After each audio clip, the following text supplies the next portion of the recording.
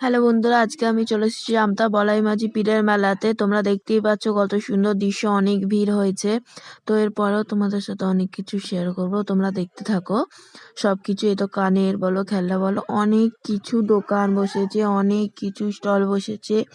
মানে এত ভিড় হয়েছে ভাবনার বাইরে, বিশাল ভিড় হয়েছে, বিশাল লোকে মানে ভিড় হয়েছে এত। আমি কোনদিন এখানে আসি না। আর মেলাটা যে খুব বড় তাও নয়, খুব যে বড় তাও নয়, খুব ছোট তাও নয়, মানে মিডিয়াম, তাও অনেক ভিড় হয়েছে।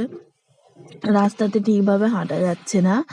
তো দুপাশেই দোকান বসেছে। তো এখানে হচ্ছে তিন মাথার মোড়ে মেলাটা হয়। তো যাই হোক, আমরা এখন ফুচকাটাকে খেয়ে নিই। আমতা আসা মানে মেলাতে আমতার মেলা বলো, যেখানেরই মেলা বলো, আমতা আসা মানে তো ফুচকা ঘুগনি এসব তো খাওয়া চলেই। যাই হোক, তোমরা দেখতেই পাচ্ছ, এখানটা তোমরা নিজেরাই রাখো। এত পরিমাণে ভিড় হয়েছে এখানে, এত পরিমাণে ভিড় হয়েছে কি বলবো তোমাদেরকে আমি। তোমরা দেখো।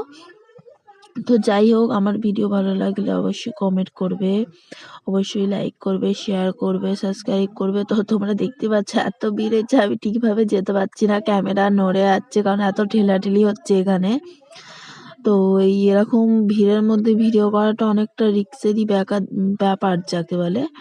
কারণ এরকম এত ভিড়েতে ঠেলাঠেলিতে যদি কেউ ঝড়ি ঠেলে দেয়, ফোন ফোন পড়ে যেতে পারে, রিস্ক নিয়ে। যাই হোক, ভিডিওটা করলাম। যাই হোক, তোমরা দেখতেই পাচ্ছ আমাদের এই মন্দিরের ভিউজটা কত সুন্দর লাগছে।